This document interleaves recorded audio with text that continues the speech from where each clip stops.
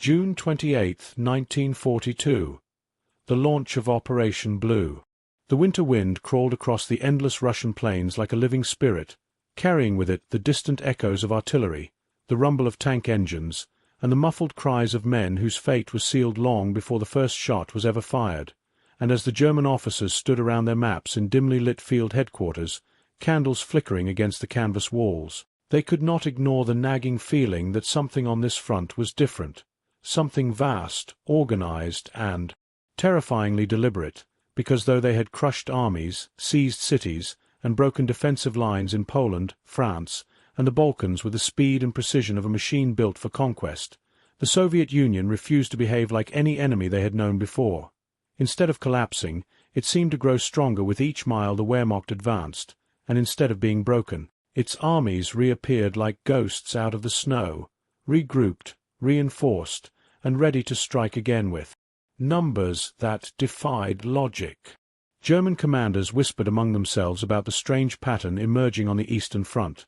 They would break through one Soviet defensive line with hard fighting, expecting the enemy to crumble as others had, only to find another line waiting behind it, and then another, stretching far into the horizon like an endless steel web laid across the earth, and after exhausting their ammunition, their tanks, and their men smashing one Soviet formation, they would suddenly face a fresh army, sometimes two, slamming into their flanks with a power that felt impossible, as though the Soviets had turned the very land itself into a factory that manufactured armies overnight. At first, Germany believed it was luck, or desperation, or mere numbers, but by 1942, as the smoke from thousands of wrecked panzers drifted skyward and the frozen corpses of entire divisions were buried beneath snowdrifts taller than a man, a chilling realization spread through the German high command. The Soviets were not fighting random battles. They were executing a strategy, precise and calculated, that reached far beyond any one engagement, a strategy they called deep battle, and it was unlike anything the world had ever seen. To the Germans, war was about decisive victories, encirclement, breakthrough, destruction of enemy formations. But to the Soviets, war was a layered, unfolding process, designed so that even when a Soviet army was destroyed, the German advance would slow, bleed, and eventually stall, because behind every shattered division lay another prepared to fight, and behind that one lay reserves, and behind them lay factories already building the next wave.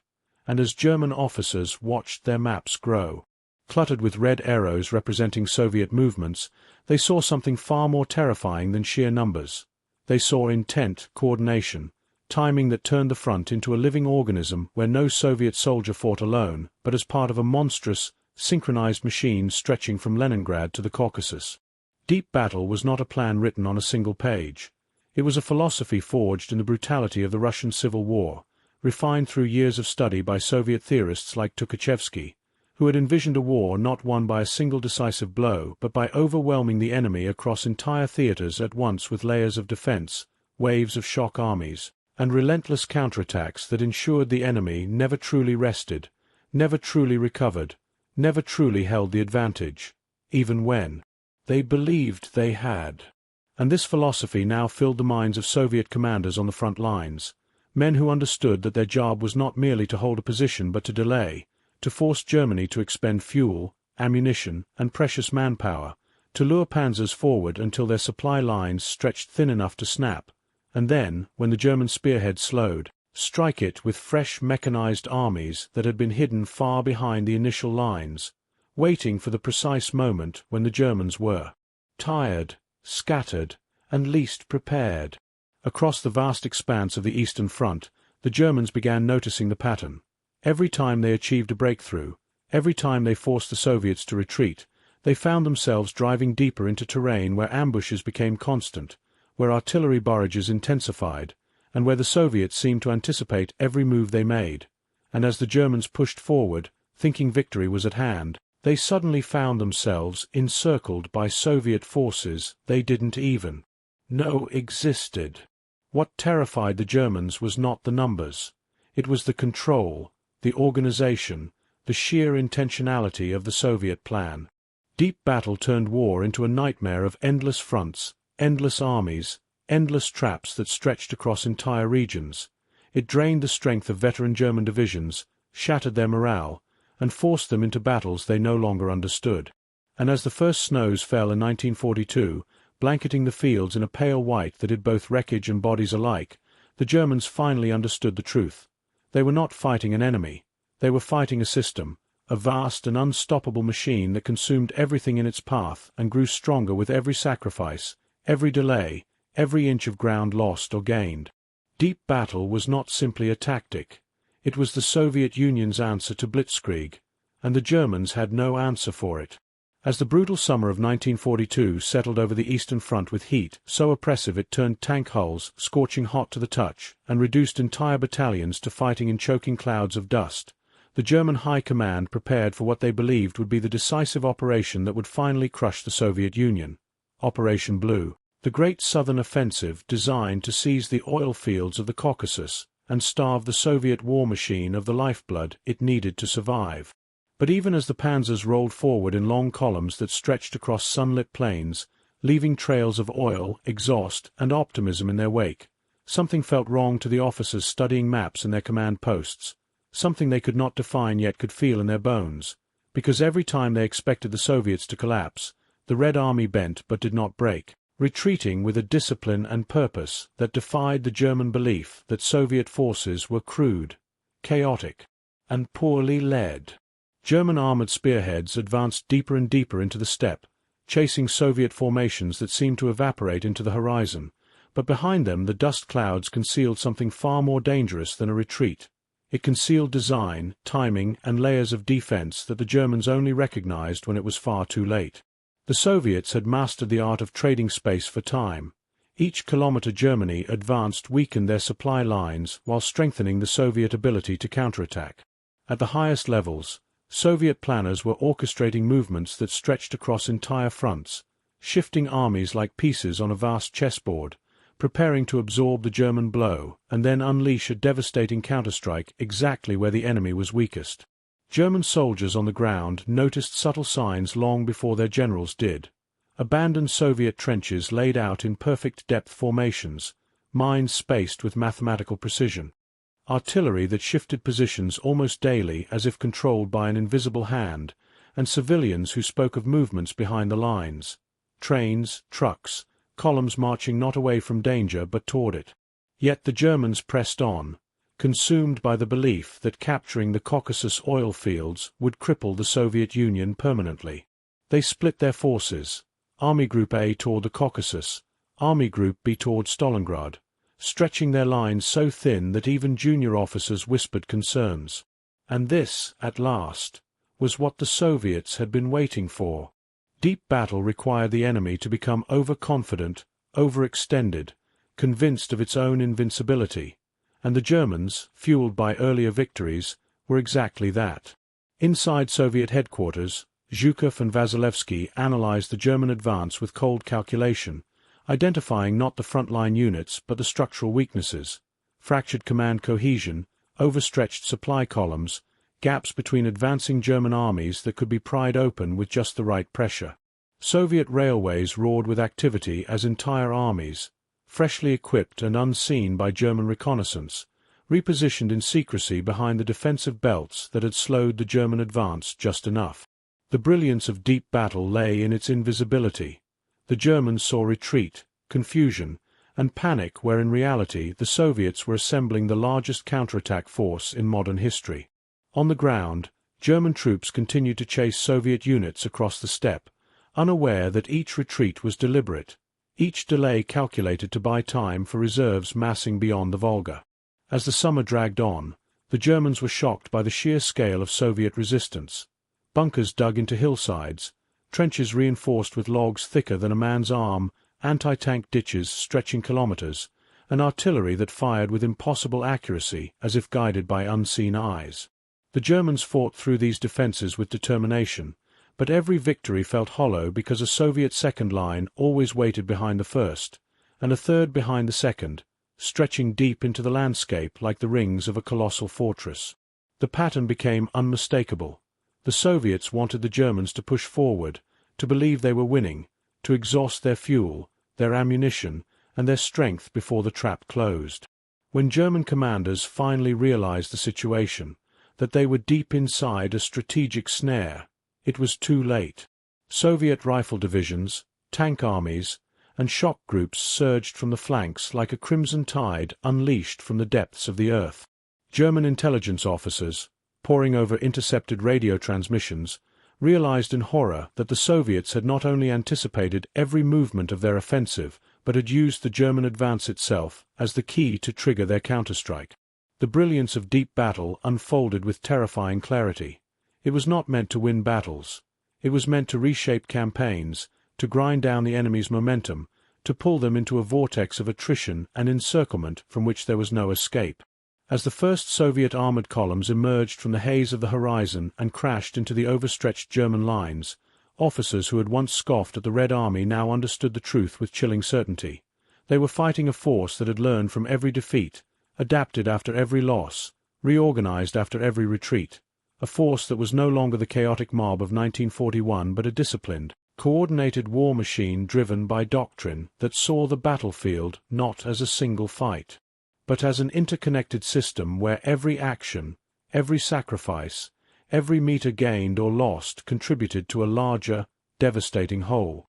Deep battle was beginning to reveal its full power, and Germany had no answer. As autumn rains turned the steppe into a vast sea of mud thick enough to swallow tank treads and stall trucks loaded with ammunition, the German advance slowed to a crawl, and every kilometer gained toward Stalingrad felt like a journey through quicksand, dragging the Wehrmacht deeper into a terrain that seemed to fight them as fiercely as the Red Army. Yet to the Soviets, this was not misfortune. It was the planned consequence of deep battle, because while German divisions strained to close the final distance to the Volga, Soviet commanders were using the slowing momentum to bring forward an entirely new force structure, fresh mechanized armies waiting silently beyond the horizon, concealed behind ridges, forests, and villages camouflaged so completely that German reconnaissance aircraft flew overhead without spotting a single glint of steel. German generals had expected Soviet resistance to collapse the moment they reached Stalingrad, believing the shattered remnants of the Red Army would cling desperately to the city's ruins in a futile attempt to delay the inevitable. But instead they found the Soviet defense eerily organized, as if the city itself had been prepared long before the Germans arrived. Each street corner became a trap, every basement a bunker, every factory a fortress, and the German army soon discovered they were not fighting a broken enemy, but an enemy intentionally channeling them into killing zones where the cost of every building captured was paid in blood. Through the smog and dust rising from Stalingrad's ruins, German soldiers could see the silhouettes of Soviet defenders slipping among wrecked walls with the ghost-like precision of men who had studied every meter of the ground, men who fought not to hold a line but to buy time. Time for the massive Soviet reserve armies gathering far to the north and south, preparing to strike with a violence the Germans could scarcely imagine. The Soviets called these formations shock armies, units built specifically to rupture fronts, filled with fresh infantry, self-propelled guns, and tank brigades equipped with T-34s whose wide tracks handled the mud better than anything in the German arsenal. These armies were hidden so effectively that German field reports dismissed rumors of large Soviet concentrations behind the front as exaggeration or misinterpretation. After all, every intelligence map showed the Soviets funneling their forces into Stalingrad itself, bleeding them out in a desperate defensive effort. But deep battle was already in motion. The Soviets had intentionally made Stalingrad a lure, a focal point to drag the strongest German armies into a narrow corridor where they would be encircled once the flanks buckled. And those flanks, held not by elite German troops but by Romanian, Italian, and Hungarian divisions, were precisely where the Soviets planned to strike. As Soviet engineers laid communication lines across frozen rivers, as scouts mapped every weak point in the Axis defenses, as political officers rallied entire battalions with the promise that this counterattack would shift the war's momentum forever, German commanders in Stalingrad stood oblivious, convinced they were on the brink of final victory. Meanwhile, the Red Army's artillery began massing behind the hills, row after row of Katyusha launchers and heavy guns lined up wheel to wheel, barrels pointed skyward like an iron forest waiting for the signal to unleash hell. German soldiers stationed along the Don River reported hearing distant rumbling, too rhythmic to be thunder, too constant to be natural, but their warnings were dismissed by headquarters already consumed with street-by-street fighting inside Stalingrad. When the first snow of November fell, covering the charred landscape in a thin white veil, the winds carried with them a stillness that felt unnatural, a silence that unnerved even hardened veterans. Then, without warning, the world erupted. A barrage unlike anything the Germans had ever endured shook the ground from horizon to horizon, a rolling inferno of high-explosive shells and shrieking rockets that shattered dugouts, obliterated trenches, and sent debris raining down like shrapnel from the sky. The Axis flanks disappeared in a storm of fire as Soviet infantry surged forward behind curtains of artillery so dense it seemed the earth itself was being uprooted. German soldiers who survived the initial bombardment stumbled through smoke so thick it turned the world into a choking fog, only to see wave after wave of Soviet tanks crashing through their lines, T-34s bursting from the mist like steel predators, their engines roaring, their treads tearing through frozen ground as infantry clung to their hulls. Axis divisions crumbled almost immediately, not from lack of courage but from sheer incompatibility with the scale of Soviet force. Before we continue, please let me know, did anyone in your family fight in or live through World War II? Share their stories in the comments. Let's continue the story. Deep battle had achieved its most devastating form, simultaneous breakthroughs across a wide front, supported by reserves already positioned to exploit success. German units retreated in disarray, communications shattered, supply lines cut, and to the horror of German commanders in Stalingrad, reports flooded in, "Our flanks have collapsed, enemy tanks behind us, enemy infantry moving to encircle." What followed was the nightmare German intelligence had failed to predict. The pincers of Operation Uranus closing around the Sixth Army, the culmination of deep battle's entire design.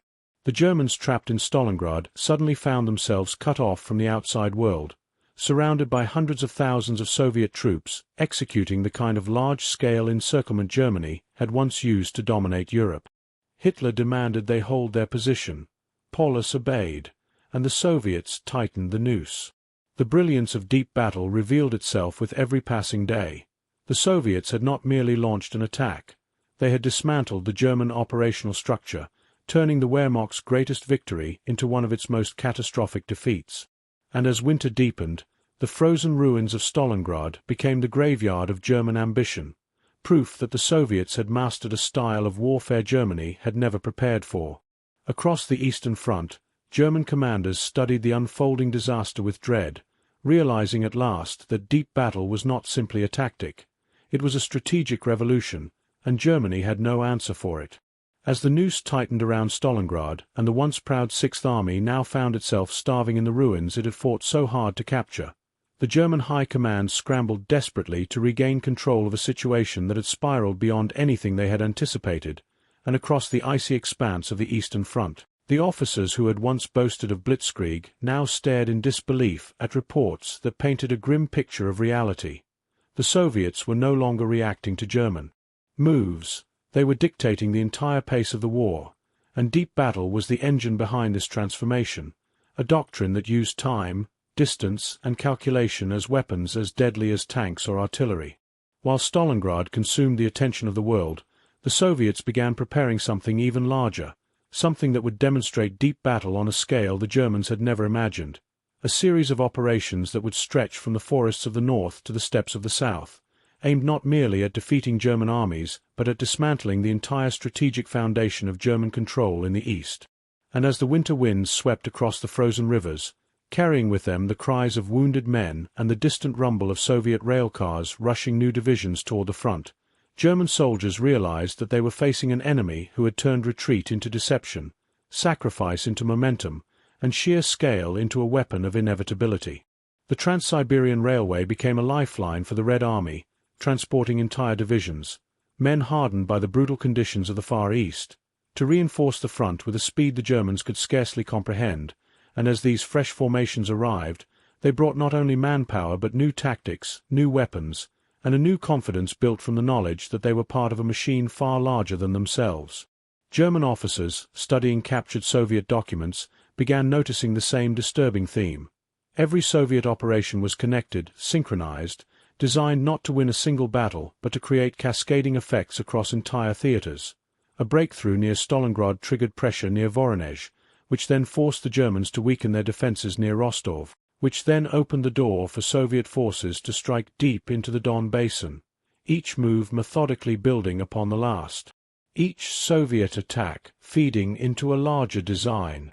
Meanwhile, inside Stalingrad, Paulus's men lay half-buried in snowdrifts, their hands trembling from hunger, their bodies wrapped in rags stripped from the dead, their eyes hollow with understanding that relief would never come. They could hear Soviet artillery day and night, an unending thunder that rattled the broken windows of bombed-out apartments where they huddled for warmth, and they knew that the same doctrine that had trapped them was now preparing to unleash its next blow somewhere, far beyond their dying city. When the Sixth Army finally surrendered in February 1943, the shock waves rippled across the entire German front, and the Soviets wasted no time exploiting the collapse, launching fresh offensives that pushed the Germans back hundreds of kilometers in mere weeks. But Deep Battle was not satisfied with local victories. It aimed to destroy Germany's ability to ever regain the initiative. German units retreating across the steppe described scenes of controlled Soviet advance that defied every stereotype the Germans had held. Supply trucks moved in vast convoys under fighter escort, engineers constructed bridges in hours that should have taken days, and mobile artillery units leapfrogged forward with a rhythm that made every new Soviet line as strong as the last. And behind them, always behind them, more reserves marched, more tanks rolled, more rifles were handed to fresh recruits who seemed to materialize from the endless forests and plains as if the very earth was creating soldiers to replace the fallen. By spring, however, Hitler believed he had identified a chance to strike back, a bulge in the German lines around the city of Kursk, a salient the size of a small country, protruding into Soviet territory. If Germany could pinch it off with a massive pincer attack, they could encircle hundreds of thousands of Soviet troops, repeat the victories of 1941, and perhaps regain the initiative. Operation Citadel was planned as the largest armored offensive in history, with Tiger tanks, Panther tanks, and Ferdinand tank destroyers massed in preparation for a blow meant to shatter the Red Army's momentum. But while the Germans prepared for one decisive battle, the Soviets prepared for an entirely different concept, one shaped by Deep Battle. 4 months, Soviet laborers, soldiers, engineers, and civilians worked day and night to construct the most extensive defensive network ever built in warfare. 8 defensive lines, hundreds of kilometers deep, filled with trenches, anti-tank ditches, minefields so dense they resembled iron carpets, bunkers reinforced with logs and steel, camouflaged artillery nests, and hidden tank reserves waiting behind the lines like wolves crouched in tall grass. German reconnaissance planes flew over Kursk, but what they saw, trenches, fields, scattered bunkers, barely hinted at the scale of what lay hidden beneath the earth. The Soviets intended to let the Germans attack, bleed themselves dry against layer after layer of defenses, and then unleash a counterstrike with armored armies held in reserve far behind the lines, timed to hit precisely when the Germans were exhausted. Deep Battle in its purest form, defense shaping offense, offense shaping destruction. When July came, the German attack began with thunderous artillery barrages and armored thrusts that chewed through the first Soviet lines, then stalled against the second, then slowed against the third. Tigers and Panthers ground forward under sheets of fire, blowing apart Soviet positions, but each kilometer taken cost dozens of tanks and hundreds of men. The farther the Germans advanced, the stronger the Soviet resistance grew, and German radio operators listened in disbelief as Soviet artillery coordinated with precision that rivaled their own, adjusting fire in real time, hammering the spearheads with counter-barrages that forced them to halt again and again. The terrain itself became a weapon, fields lined with mines, hills filled with anti-tank guns, ravines hiding infantry ready to spring ambushes at point-blank range. And then, when the German advance had slowed to a bloody crawl, the Soviets struck. At Prokhorovka, the largest tank battle in history erupted as Soviet tank armies smashed into the German spearhead with such ferocity that the ground shook under the weight of charging T-34s. Dust and smoke filled the air, shells ricocheted off hulls, and men described the battlefield as a sea of steel crashing into itself. The Germans, exhausted, outnumbered, and unable to break through, finally realized the truth. They had walked into another trap built by Deep Battle, and this time, unlike Stalingrad, they had no chance of reversing the tide. When Hitler called off the offensive, It marked not only the end of the battle, but the end of Germany's ability to take the initiative on the Eastern Front. And as the Soviets prepared for their next massive offensive, German generals understood with dawning horror that deep battle had evolved into something even greater, something unstoppable, and there was nothing they could do to counter it.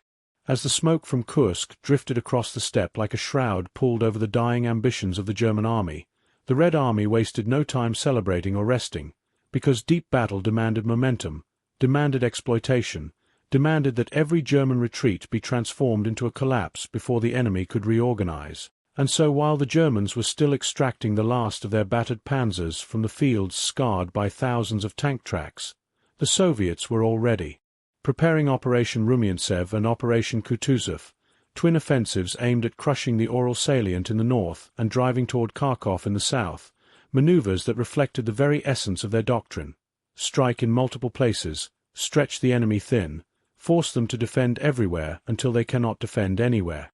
German soldiers who had survived the carnage at Kursk, men who had fought in France, Belgium, the Balkans, and North Africa, said they had never seen anything like the scale of Soviet preparation, the endless artillery lines, the massed infantry advancing in disciplined waves, the tank brigades moving as though guided by a single mind. It was as if the battlefield itself had awakened against them. The Germans tried to fall back in an orderly fashion, but the Soviet front refused to let them breathe. Roads were bombed, bridges collapsed under artillery fire, communication lines severed as Soviet cavalry and motorized units swept behind German positions, cutting off retreat after retreat. The Soviet Air Force, once shattered in 1941, now controlled the skies over entire sectors, sending formations of L-2 Sturmovix to pound German columns from above, their rockets tearing through convoys as panic rippled through drivers trying to navigate roads jammed with wreckage and burning vehicles. The Germans had become the hunted, and the Red Army, powered by the unstoppable engine of deep battle, pressed forward with an aggression that felt both strategic and primal, as if avenging every village burned, every civilian murdered, every inch of soil lost in the first year of the war. The deeper the Soviets advanced, the more Germany's logistical system buckled. Fuel shortages crippled panzer divisions already running on worn engines, ammunition rationing turned counterattacks into half-hearted gestures, and the once feared Luftwaffe found itself grounded by lack of fuel or overwhelmed by Soviet fighter swarms.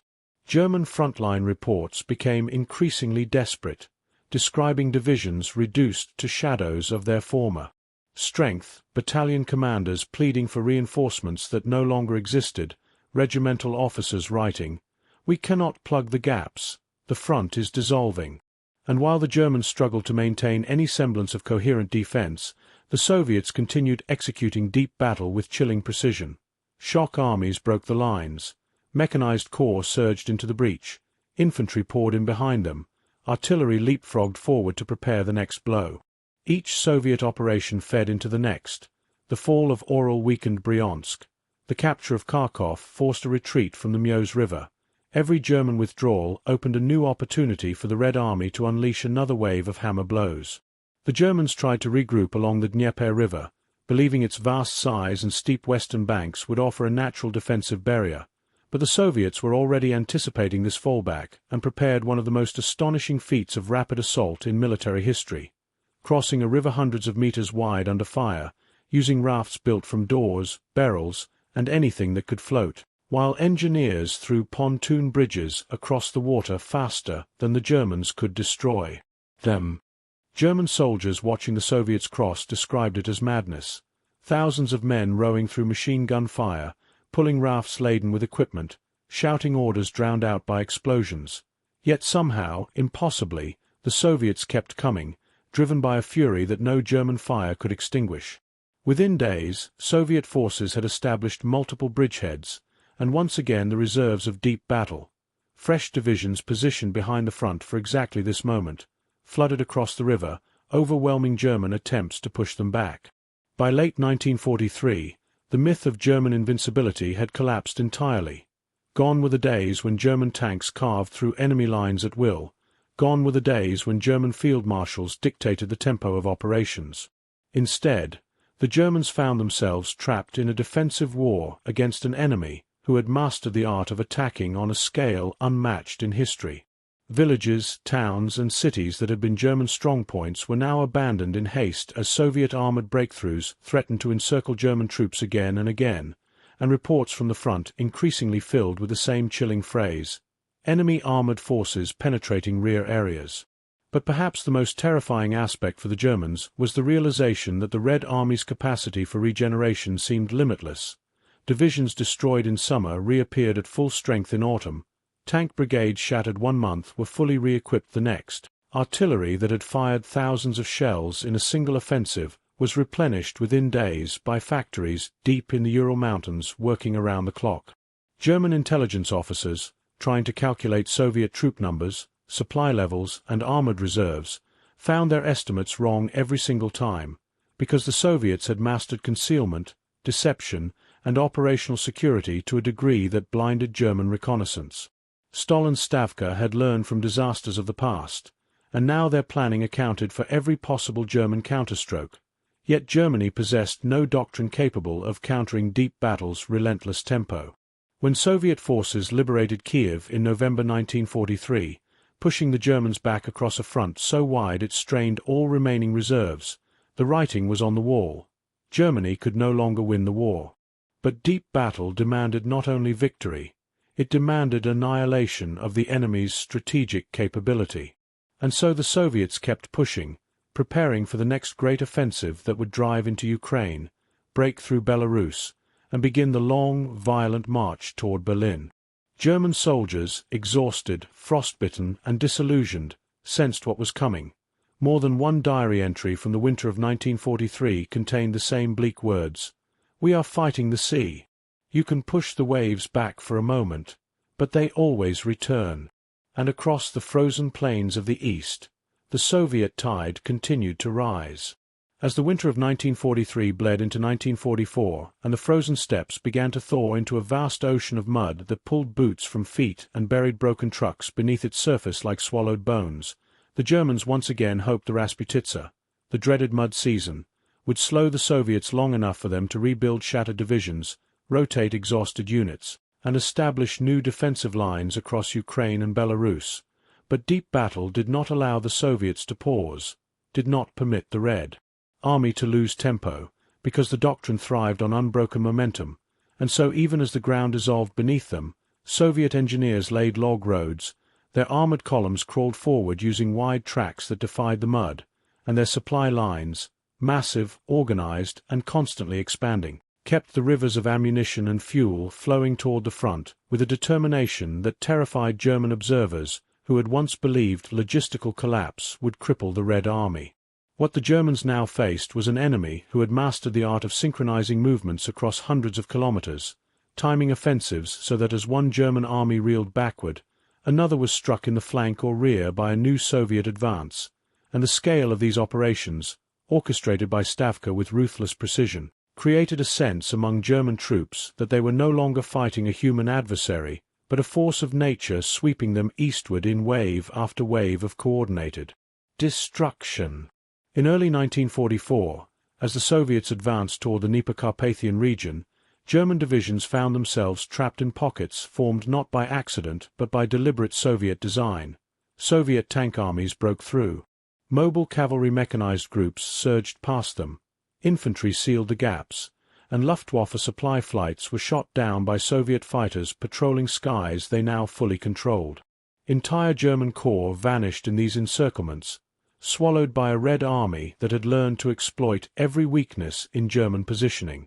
But nowhere did deep battle reach its most terrifying maturity more clearly than in Operation Bagration, the 1944 summer offensive designed to obliterate Germany's Army Group Center, a plan so vast in ambition and execution that even German intelligence, despite months of warnings from reconnaissance teams, partisan reports, and frontline commanders, failed to comprehend the scale of the coming disaster. They believed the Soviets were preparing an attack in the south, near Ukraine, unaware that Stavka was assembling the largest concentration of firepower in human history, over 1 million men, thousands of tanks, and more artillery than entire European armies combined, directed against a front held largely by German troops already exhausted, under strength, and denied reinforcements because Hitler refused to weaken his southern armies.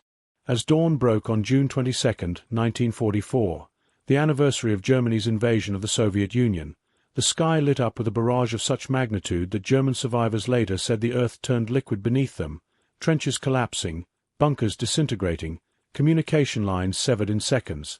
The bombardment was not random but mathematically precise, guided by Soviet reconnaissance, partisans behind German lines, and pre-sighted artillery maps. When the infantry surged forward, it did so in waves that perfectly mirrored deep battle's doctrine. Rifle divisions struck across the entire front to fix the Germans in place, while tank armies hit at carefully chosen weak points, punching through lines softened by hours of fire. German officers attempted to rally their men, but the speed of the Soviet advance overwhelmed every attempt at organized resistance. Supply lines disintegrated, command posts were overrun, and in many sectors the front collapsed in hours. Yet the true genius of deep battle emerged not in the initial assault but in what followed. Soviet exploitation forces, highly mobile mechanized and tank corps, did not pause to regroup or wait for infantry to catch up. They raced westward, bypassing strong points, encircling towns before the Germans inside even knew they were surrounded, and severing retreat routes before German command could issue withdrawal orders. The once proud German divisions found themselves caught in pockets across Belarus, trapped by a doctrine they still did not fully understand. The largest of these, around the city of Minsk, became a graveyard for tens of thousands of German troops who had no air support, no armor reserves, and no hope of rescue. As the Soviets pushed deeper, smashing through one defensive line after another, German commanders began to realize with numbing horror that they were losing entire armies. Army Group Center ceased to exist as a coherent fighting force. The scale of the collapse stunned even the Soviets, who advanced so rapidly that maps became outdated within hours, and supply depots hastily relocated to keep pace with the front lines. Villages once held by German garrisons for years fell in minutes as Soviet tanks roared through streets where civilians stood watching in disbelief, often weeping with a mix of terror, relief, and confusion. German soldiers, many of them teenagers or men in their 40s pulled back into service, could do nothing but retreat, and their diaries began filling with the same hopeless refrain: "We are not fighting an army, we are being crushed by something far larger." By late summer, the Red Army had advanced hundreds of kilometers, liberating Belarus, destroying German defensive structures that had taken years to build, and reaching the outskirts of Poland with a momentum that seemed impossible for an army once declared dead in 1941. And yet even this was not the end. Stavka was already planning the next phase of deep battle, a phase that would carry Soviet armies across Poland, through the Baltics, into Hungary, and eventually to the very heart of Berlin itself. German commanders, staring at maps in dimly lit bunkers, realized the truth with dawning despair. They had never understood their enemy's doctrine, never comprehended the purpose behind the Soviet sacrifices, the retreat and counterattack patterns, the layered defenses, the endless reserves. They had assumed they were fighting a broken opponent held together by fear and propaganda, but instead they had been fighting a nation that rebuilt itself into a war machine of such scale, coordination, and ruthless strategic clarity that no German plan could match it. And now, as the Red Army prepared for its final western surge, Germany knew it was standing on the edge of a tidal wave, and nothing could stop what was coming next. As Soviet momentum rolled westward like a storm front swallowing the last fragile embers of German resistance, the Red Army did not merely push the enemy back. They dismantled everything that had once given the Wehrmacht its terrifying reputation, and across Poland, the Baltics, and the Carpathian foothills, German soldiers who had once marched confidently into Russia now limped from village to village, clutching rifles with numb fingers, eyes hollow from exhaustion, their ranks thinned by casualties, desertion, and a growing realization that every step backward brought them closer to a defeat they no longer believed could be avoided, while the Soviets, powered by the engine of deep battle, continued to strike with a tempo that made retreat indistinguishable from panic. The Soviet offensives that followed Bagration were not merely battles. They were synchronized storms launched in every direction, designed to keep Germany off balance, unable to predict where the hammer would fall next, and as Soviet tank armies poured into Poland, their treads grinding through roads littered with burnt-out German vehicles, The remnants of Hitler's eastern armies found themselves collapsing under pressure they could neither withstand nor comprehend. The Germans tried to rebuild their shattered lines along the Vistula River, believing they could buy time to regroup, but the Soviets had already begun probing across the river, establishing bridgeheads with a tenacity that terrified German commanders who understood that once a Soviet spearhead crossed a natural barrier, their ability to stop it diminished with every passing hour. Yet the Soviets did not immediately launch their final assault toward Berlin. Instead, Stavka began another massive accumulation of forces, bringing forward artillery by the tens of thousands, relocating tank corps to hidden positions, stockpiling ammunition at levels unimaginable to the Germans, and positioning entire armies behind the front in preparation for a blow that would shatter Germany's last hopes of stabilizing the Eastern Front. German intelligence reported these build-ups with increasing urgency, but Hitler dismissed them, insisting the Soviets lacked the strength for another major offensive after Bagration. He refused to withdraw forces from Hungary or the Balkans, refused to shorten the lines, refused to allow any retreat that might have given Germany a chance of consolidating its defenses. Meanwhile, the Red Army's doctrine of deep battle evolved yet again, turning Poland's vast plains into staging grounds for a strategic offensive that dwarfed anything attempted before. The Vistula-Oder offensive, a masterpiece of coordination involving hundreds of thousands of men, thousands of tanks, and artillery so concentrated that Soviet soldiers claimed they could walk from gun to gun without touching the ground. When the assault began in January 1945, it exploded across the front with the same devastating suddenness that had characterized every Soviet blow since Stalingrad, but now magnified by experience, momentum, and overwhelming superiority in manpower and material. The German lines along the Vistula did not bend, they disintegrated. Soviet infantry surged forward under artillery barrages that shook the earth, while tank armies plunged into the gaps with a speed that left German commanders struggling to understand where the front was or even if a front still existed. Villages and towns that German troops had believed they would defend for weeks fell in hours, and within days, Soviet armored spearheads were racing westward at a pace reminiscent of the German blitzkrieg of 1940. But now the roles were reversed, and it was the Red Army executing deep penetrations through terrain so devastated by war that roads could barely support vehicles. Still, the Soviets pushed on, their supply trucks rumbling through frozen mud, their repair crews working day and night to keep tanks running, their engineers throwing makeshift bridges across rivers before the Germans could blow them. German soldiers fled in disorganized columns, their retreats hampered by snow, ice, and the constant fear of being overtaken by Soviet cavalry mechanized groups that roamed the countryside with lethal efficiency, cutting off roads, encircling stragglers, capturing entire battalions before they could regroup. Civilians, terrified by stories of what the retreating Wehrmacht and advancing Soviets had done across Eastern Europe, clogged the roads, creating scenes of chaos as carts, wagons, soldiers, and refugees collided in a desperate scramble to outrun the Red Army's advance. The deeper the Soviets pushed, the more Germany's command structure unraveled.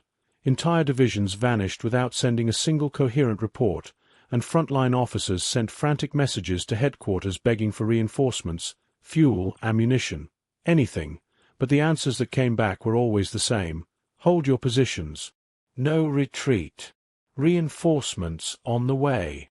But the reinforcements never existed. Hitler clung to fantasies of counterattacks, reserve armies, and miracle weapons, yet none of them materialized. The Wehrmacht was collapsing, its units exhausted shadows of what they once were, forced to fight an enemy who now possessed not only superior numbers but superior organization, superior logistics, and a doctrine designed specifically to exploit Germany's every weakness. As Soviet tanks reached the Oder River, determination, firing from the rubble, launching desperate ambushes, and clinging to every ruined building as if delaying the inevitable by minutes somehow mattered. But the Soviet advance pressed on with the same ruthless, relentless rhythm that had characterized every stage of their doctrine. When Soviet soldiers finally stormed the Reichstag, hoisting the red banner above its shattered dome while artillery thundered around them, they were not merely capturing a building. They were fulfilling the final objective of a doctrine born in pre-war military academies, forged in the fires of 1941, refined through Stalingrad and Kursk, unleashed in Bagration, and completed here in the ruins of Berlin. For the Germans who survived the fall of their capital, the truth was unmistakable. They had never understood deep battle, and because they had never understood it, they had never been able to stop it.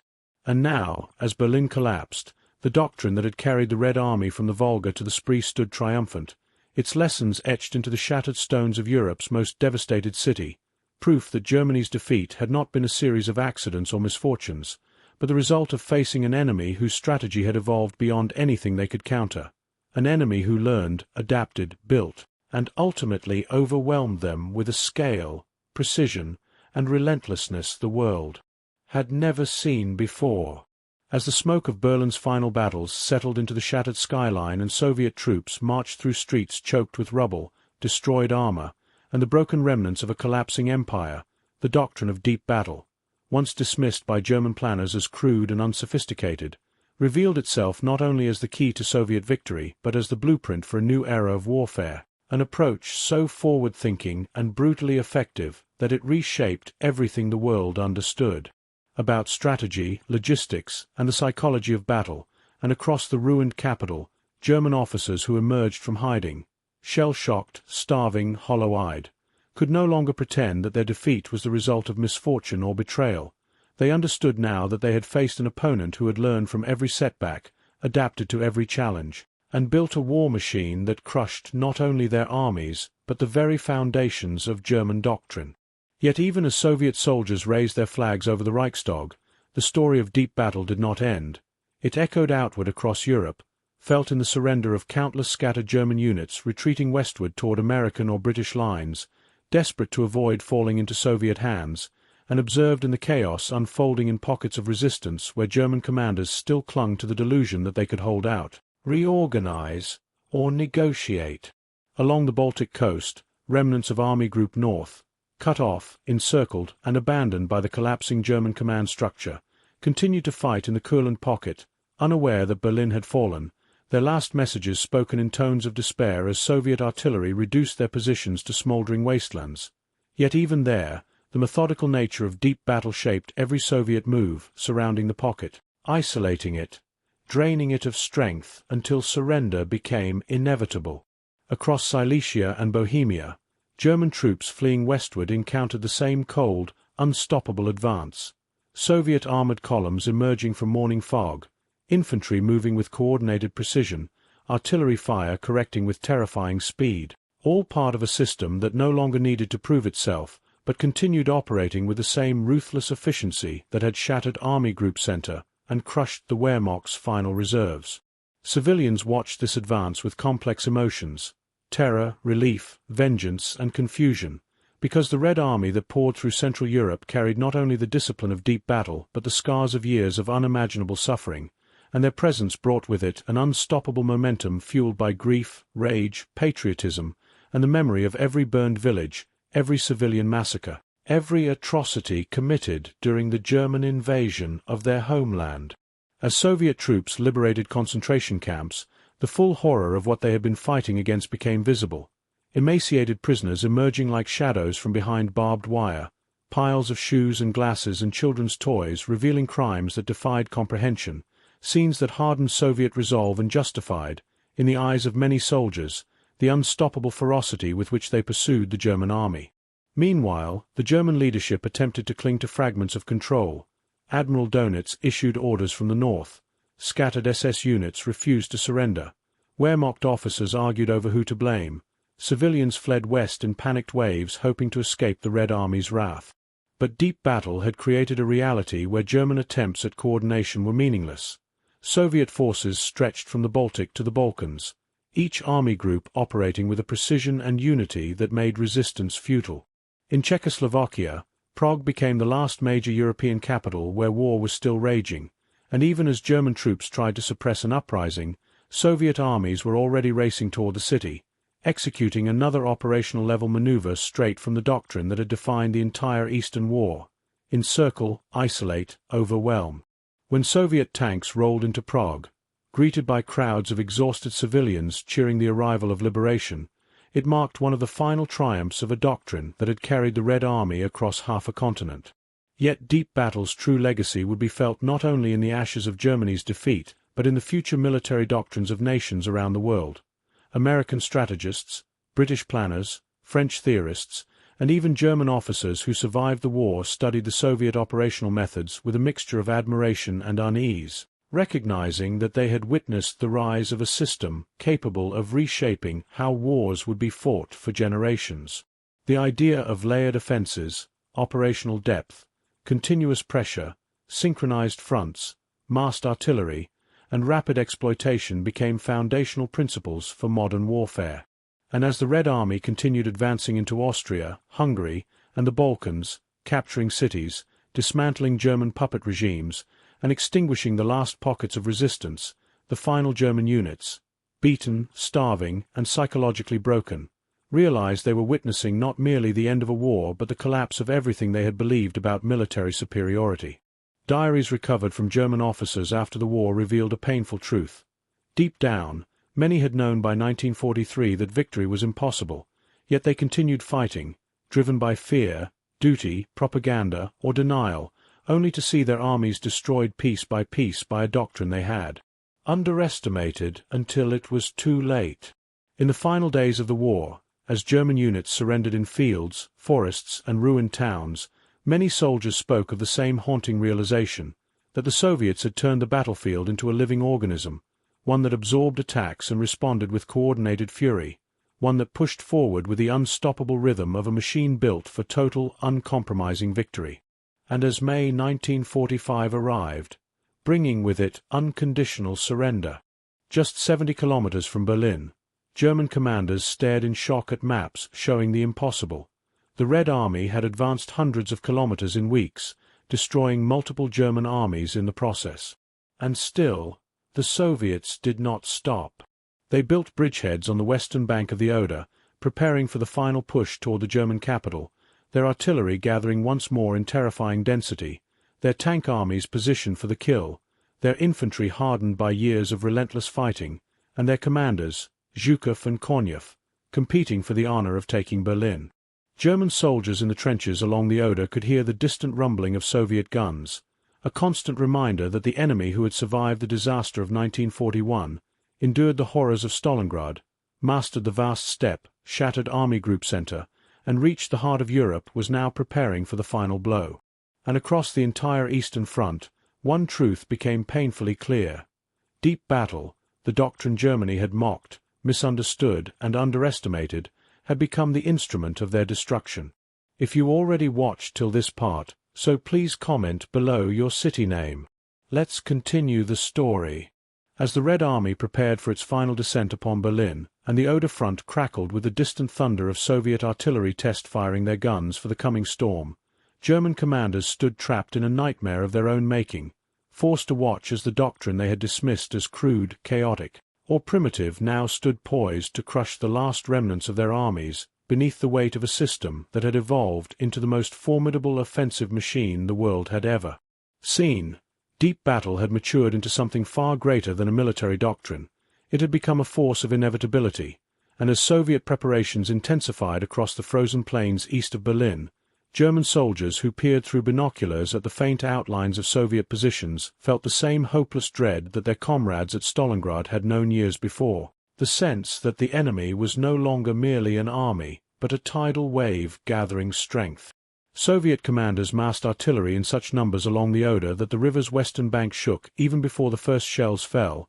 Rows of Katyusha launchers waited under camouflage netting like coiled serpents, and tank armies, 15,000 armored vehicles in total, were arranged in depth, positioned not merely to break through German lines but to keep pushing until the war ended, each echelon prepared to exploit the weakness created by the one before it, each corps ready to punch deeper into Germany's heartland the moment Berlin's outer defences cracked.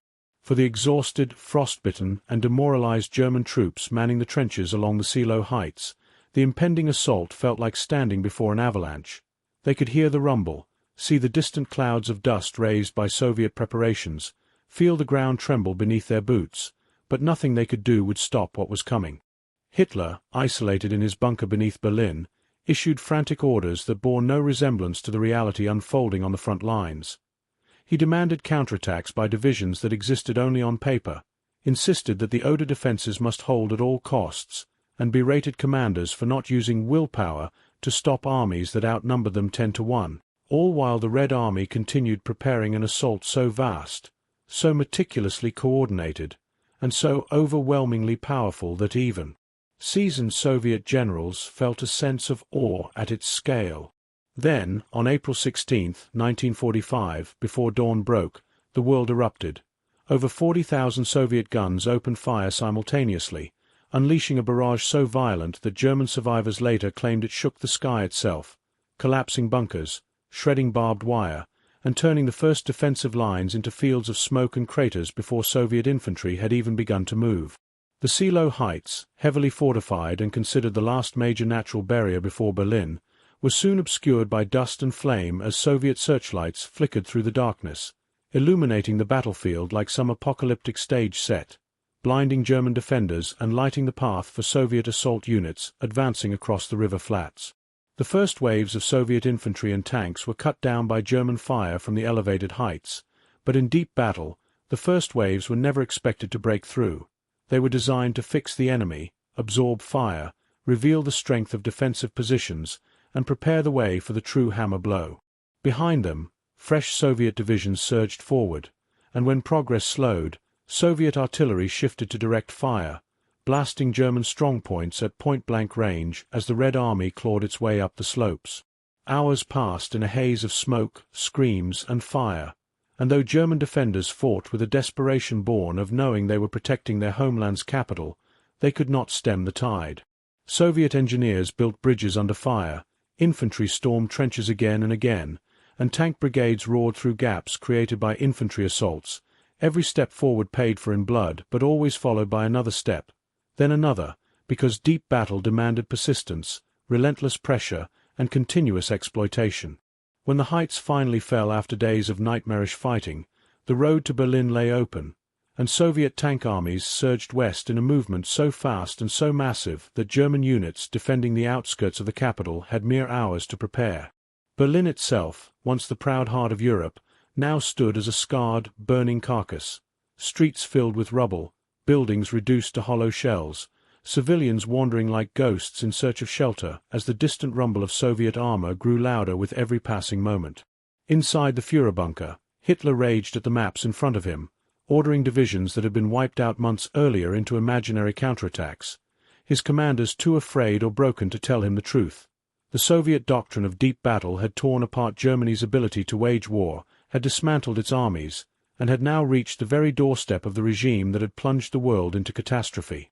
When Soviet tanks reached the outskirts of Berlin and began fighting block by block through the city streets, the philosophy that had shaped every Soviet operation since 1942 reached its brutal climax: encirclement, penetration, exploitation, and annihilation. German Volkssturm units, old men and boys armed with rifles older than their fathers, stood no chance against Soviet tank armies crashing through the city blocks, supporting infantry pouring through blasted walls, and artillery reducing entire neighborhoods to dust before the Soviets advanced. Yet even amidst the chaos, the discipline of deep battle persisted. Soviet generals coordinated movements so that multiple armies encircled the city from different directions, ensuring that any German unit attempting to fall back found itself trapped by converging Soviet forces. Every German counterattack collapsed before it began, crushed by overwhelming numbers, superior logistics, and a doctrine designed to capitalize on every enemy weakness.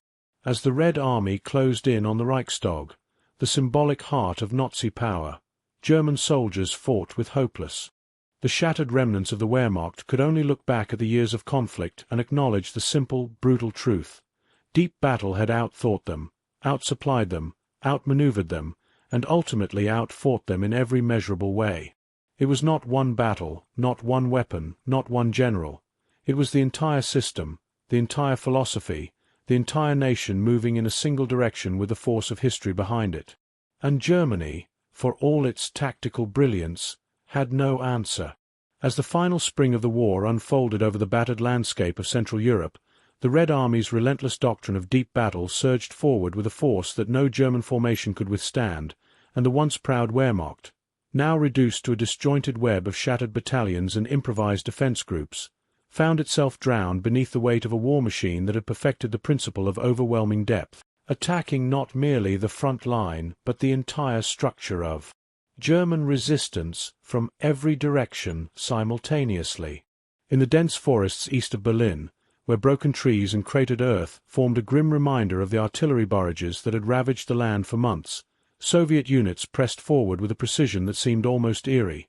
Infantry advancing in coordinated waves, tanks weaving through smoke-choked paths, sappers crawling ahead to defuse mines, and political officers shouting encouragement to exhausted troops who had marched hundreds of miles to reach this final crucible.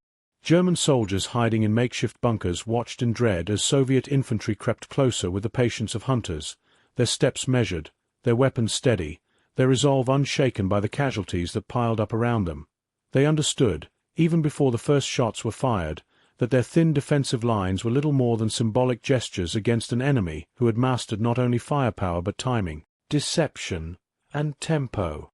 As Soviet artillery opened fire, the forest erupted into a deafening inferno of shrapnel and smoke, the bombardment flowing not in random destruction but in carefully calculated patterns designed to suppress German strongpoints and herd defenders into kill zones where Soviet infantry would strike moments later. A lethal choreography that demonstrated how deeply ingrained deep battle had become in every level of the Red Army.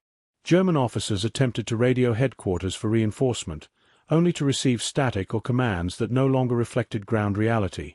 Cut off, surrounded, and overwhelmed, many units fought in isolated pockets, unaware that the Soviet advance had already bypassed them, sealing their fate. Meanwhile, Soviet armored spearheads surged westward across open fields, their silhouettes emerging from morning mist like apparitions. T-34s, IS-2s, self-propelled guns, trucks, motorcycles, everything that made up the massive Soviet logistics chain stretching back into Poland and beyond, all moving with a momentum that seemed impossible for an army so vast, yet perfectly natural for a force built on the principles of operational depth.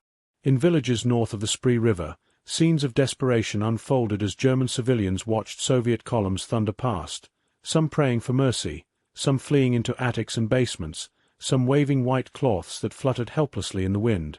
They had been told for years that the Red Army was a horde of monsters, yet now, faced with the reality of defeat, they realized that the unstoppable machine approaching their homes was something far more complex, an army hardened by suffering, driven by vengeance, but also disciplined by a doctrine that demanded forward movement at all costs. German commanders struggled to respond with anything resembling coherent defense. Divisions that existed on paper were reduced to scattered companies, and entire regiments were commanded by lieutenants because captains and majors were gone, lost in the chaos of the retreat.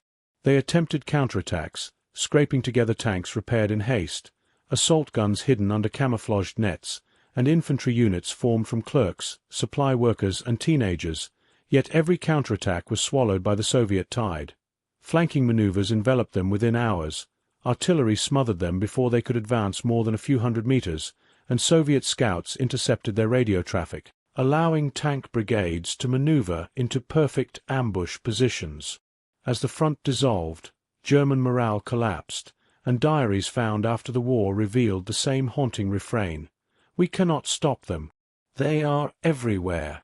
They fight with endless numbers and endless planning. We have no answer." Even German generals, once proud of their tactical brilliance, admitted in despair that they had misjudged the Soviets entirely.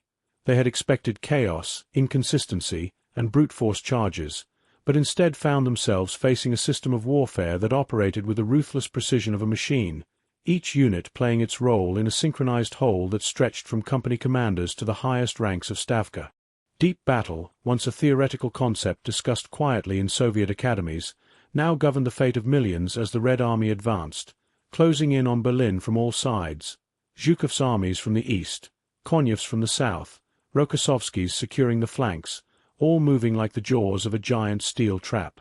And while Germany clung to faint hopes of holding the capital long enough for political negotiations or Western intervention, those hopes died the moment Soviet artillery began pounding the suburbs with a barrage so intense that the ground shook for miles, breaking the last illusions of resistance. As Soviet infantry flooded into Berlin's outer districts, fighting block by block, floor by floor, the doctrine of deep battle, designed for sweeping offensives across vast plains, adapted yet again, showing that its strength lay not only in scale but in flexibility, turning entire neighborhoods into microfronts where combined arms tactics unfolded in miniature. Tanks blasting open strongpoints, infantry clearing rooms, engineers demolishing barricades, snipers covering alleyways, all synchronized with the same relentless momentum seen on the open steppe. German defenders realized, with growing dread, that their once feared army had not been defeated by luck or overwhelming numbers alone, but by a system that had studied them, understood them, and learned how to dismantle them piece by piece. And as Soviet forces carved deeper into the city, driving the remnants of the Wehrmacht into shrinking pockets of resistance, the truth became undeniable. The doctrine Germany had dismissed as crude and unsophisticated had become the most devastating instrument of modern warfare, and the Red Army, the army they once believed inferior, had become the force that would end the Third Reich forever.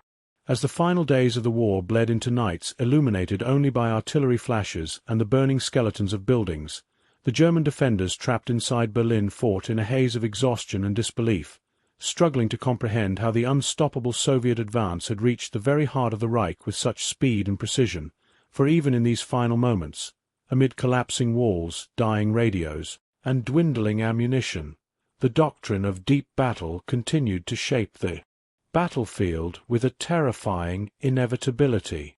Soviet commanders, hardened by 4 brutal years of war, surveyed maps littered with markers showing tank brigades, rifle divisions, artillery regiments, and engineer battalions converging on the city like a tightening noose, each unit moving according to a larger rhythm orchestrated by Stavka, while German officers stared helplessly at their own charts, where units once represented by thousands were now reduced to a few dozen men, where defensive lines once considered impenetrable collapsed in hours, where counterattacks could no longer be launched, because fuel, ammunition, and reinforcements existed only in fantasy.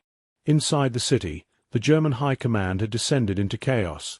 Some clung to Hitler's delusions of victory through miracle weapons or last-minute reinforcements, others urged surrender, while many simply fled, leaving the soldiers on the front lines without guidance, trapped in a system that had failed them utterly. Soviet infantry advanced through streets filled with rubble that reached as high as the first floors of buildings, each step accompanied by the crack of sniper fire, the boom of explosive charges, and the steady rumble of tanks grinding over tram lines and shattered pavement, and yet the advance never slowed because deep battle had already accounted for every obstacle. Engineer units cleared barricades, assault groups neutralized strong points, flamethrowers cleared basements, and artillery leveled buildings hiding machine guns. German defenders, many no older than 16 or 17, fired Panzerfausts from windows and alleys, destroying tanks only to be overwhelmed moments later by waves of Soviet infantry, while veterans of the Eastern Front, who had fought at Minsk, Kiev, Smolensk, Stalingrad, and Kursk, recognized the grim pattern unfolding around them. The Soviets tested every street, every corner, every barricade, then exploited the weakest point with overwhelming force, the same doctrine that had crushed armies, now applied to a single city block. Civilians huddled in cellars as the ground shook above them, their fear mixing with resignation, for they had believed the propaganda that painted the Red Army as monsters. Yet when Soviet soldiers finally entered their shelters, many found not cruelty but a strange mix of stern discipline, exhaustion, and pity. Men who had lost families, homes, villages, and entire cities to German invasion now standing face to face with those who had lived under the Nazi banner. And in that moment, the war became deeply personal in ways no doctrine would ever capture. Outside, the fighting intensified as Soviet forces split Berlin into isolated pockets, cutting off German communications, dividing their units, and suffocating resistance with the same operational artistry that had characterized every advance since 1943. German soldiers found themselves firing at shadows, retreating down stairwells, running across streets under machine gun fire, and surrendering in groups so small and desperate that Soviet units often barely registered them before moving on to the next objective. The once vaunted German command structure crumbled completely when Soviet troops stormed the government district, pushing toward the Führerbunker as Hitler issued orders to imaginary armies and condemned generals who no longer existed, a chilling contrast to the calm, coordinated Soviet operations unfolding above ground. In the Reich Chancellery Gardens, where SS units made their final stand, Soviet tanks blasted apart fortifications at point-blank range while infantry advanced under a hail of gunfire, driven by a desire for final victory and a deep need to end the nightmare Germany had unleashed on their homeland. As the bunker fell silent with the news of Hitler's suicide, German units across the city began surrendering en masse, some waving white sheets, others simply dropping their weapons and slumping against walls, their faces hollow, their eyes empty, their spirits shattered by years of fighting an enemy whose strength they had never fully understood until it was far too late. Yet even as Berlin crumbled, deep battle continued to shape events beyond the capital. Soviet armies swept through Denmark's approaches, liberated Prague, secured Austria, and crushed the last pockets of SS resistance in the Alps with the same cold efficiency that had characterized every stage of their advance, ensuring that no remnants of the Wehrmacht could regroup or escape. German generals captured in these final days, men once hailed as masters of warfare, sat in interrogation rooms staring at maps with trembling hands, whispering the same confession again and again. We never understood how they could attack everywhere at once, how they could replace losses so quickly, how every retreat brought another army behind it. Soviet officers answered simply, "It was never one army. It was the entire front. That is deep battle." And as these German officers reflected on the devastation, they realized with painful clarity that their defeat had not been due to any single battle or any single mistake. It had been inevitable from the moment they underestimated an enemy who thought in terms of entire theaters rather than individual engagements, who fought with depth rather than brilliance, who treated the battlefield as a living system rather than a series of isolated clashes. By the time Berlin fell, it was clear that the doctrine Germany once mocked as crude had become the force that crushed the Third Reich, reshaped Europe, and ended the most destructive war in human history. And as Soviet soldiers raised their flags, carrying the weight of 20 million dead comrades, the story of deep battle reached its final, inevitable realization, that no matter how fierce the resistance, no matter how fortified the defenses, no matter how desperate the enemy, an army that fights with depth, unity, and unbroken momentum becomes a force that cannot be stopped. And when the guns finally fell silent across Europe, when the smoke drifted upward into a sky that had forgotten what peace looked like, when the echoes of artillery faded into the distant hum of cities too broken to recognize themselves, the world stood in a stunned, breathless moment between devastation and rebirth, and only then could the full magnitude of what the Soviet doctrine of deep battle had accomplished be understood. Not merely the destruction of the German war machine, but the dismantling of an ideology that had once seemed invincible, the collapse of an empire built on brutality, and the reshaping of a continent through a strategy so vast in scale, so unrelenting in execution, and so all-consuming in momentum that even the survivors struggled to comprehend how it had unfolded. Across the ruins of Berlin, Soviet soldiers, victors who had marched from the Volga to the Elbe, stood amid the wreckage with a mixture of pride, sorrow, fatigue, and disbelief, for though the world hailed their triumph as the decisive blow that ended Nazi tyranny, every man who had fought through the Eastern Front understood the terrible cost that victory had demanded. Villages erased from maps, families lost forever, comrades buried in makeshift graves along endless roads, scars on the land and on the hearts of those who survived, scars that would linger long after the treaties were signed and the parades ended. Yet the doctrine that had carried them across continents did not fade with the war's end. Instead, it became a blueprint for military strategy in an age defined by new tensions, new rivalries, and new frontiers, studied in academies from Moscow to Washington, dissected by generals who recognized its genius even as they feared the power it represented. German officers writing memoirs in post-war captivity acknowledged with a bitter honesty that they had never faced anything like it. An enemy who attacked not in isolated bursts but in continuous, coordinated waves, who considered logistics as essential as firepower, who used deception, depth, and operational maneuver to stretch German lines to the breaking point, who never allowed the Wehrmacht to dictate the tempo of battle, who struck not only at trenches but at supply depots, airfields, crossroads, and command centers, unraveling the fabric of German defenses until nothing remained but fragments. In the Soviet Union, the architects of deep battle, Tukhachevsky, Tryandafilov, Iserson, many of whom had died long before seeing their theories vindicated, became legends, their ideas now recognized as foundations of the Red Army's victory, their writings studied by new generations of officers preparing for conflicts that had not yet been imagined. And ordinary Soviet soldiers, returning home after years of bloodshed, discovered that victory carried its own weight. Cities lay in ruins, families shattered, industries wrecked, yet the same determination that had driven them across the Eastern Front now fueled their efforts to rebuild their homeland from the ashes. In Germany, survivors walked through streets where nothing remained of their former lives except memories and rubble, forced to confront the consequences of a war their leaders had unleashed with arrogance and cruelty, a war they had once believed they would win with speed and superiority, only to be crushed by an enemy they had scorned.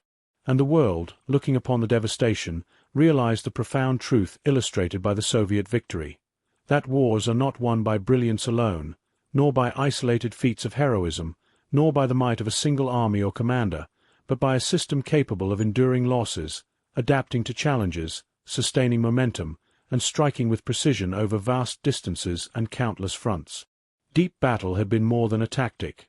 It had been a living philosophy, a worldview that transformed the chaos of war into an organized storm, capable of sweeping across continents and leaving no room for recovery or escape. As historians later wrote, Germany was not defeated by numbers alone, nor by weapons alone, nor even by the ferocity of Soviet soldiers. Germany was defeated by time, space, and momentum wielded as weapons in their own right, shaped by a doctrine that turned the battlefield into a multi-layered organism in which every part supported the whole. And when veterans on both sides reflected on those final months, the relentless Soviet advance, the collapse of German defenses, the fall of Berlin, the eventual surrender, they understood that they had witnessed not just the end of a war but the birth of modern warfare itself, a shift that would define geopolitics and military strategy for generations.